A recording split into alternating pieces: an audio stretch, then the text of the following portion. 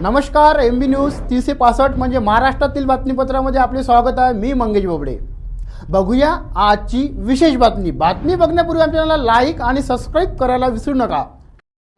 21 डिसेंबर रोजी होणाऱ्या मतमोजणी संदर्भात सुप्रिया टवलारे मुख्याधिकारी नगर परिषद चांदूर रेल्वे पूजा माटोडे तहसीलदार चांदूर रेल्वे यांनी उमेदवार व उमेदवार प्रतिनिधींना दिल्या सूचना।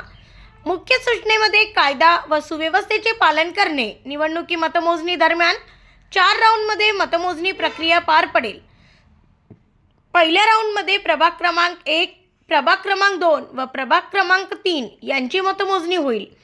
दुसऱ्या राऊंडमध्ये प्रभाग क्रमांक 4, 5, 6 यांची मतमोजणी होईल। तिसऱ्या राऊंडमध्ये प्रभाग क्रमांक 7 व 8 यांची काउंटिंग होईल व शेवटचा चौथ्या राऊंडमध्ये प्रभाग क्रमांक 9 व 10 ची मतमोजणी होईल। एकूण मतदानापैकी 24 मतदान हे पोस्टल मतदान आहे। नगराध्यक्ष पदाच्या उमेदवाराची मतमोजणी ही राऊंडप्रमाणेच कॅल्क्युलेट करण्यात येईल। निवडणुकीदरम्यान कोणतेही इलेक्ट्रॉनिक साहित्य उमेदवार व त्यांच्या प्रतिनिधींना बाळगणे कायद्याने गुन्हा राहील। निवडणूक अधिकाऱ्यांनी हे सुद्धा अधोरेखित केले की विजयी उमेदवारांना विजय झाल्याचे प्रमाणपत्र हे संपूर्ण निवडणूक प्रक्रिया पूर्ण झाल्यावरच प्रदान करण्यात येईल व त्यासाठी स्वतः उमेदवार तिथे हजर राहणे अनिवार्य असेल।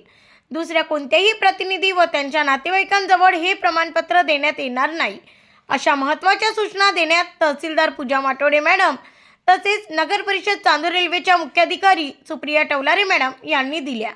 या सर्व नगर परिषद सार्वत्रिक निवडणुकीत 2025च्या 21 तारखेला निवडणुकीचा निकालाबद्दल दिल्या इतर उमेदवारांसह नगराध्यक्ष पदाच्या उमेदवार व त्यांच्या प्रतिनिधीला दिल्या सूचना व सर्व उमेदवार यांना मतमोजणी प्रक्रियेसाठी सहकार्य करण्याचे आवाहन सुद्धा यावेळी निवडणूक निर्णय अधिकारी तहसीलदार पूजा माटोडे मॅडम यांनी केले।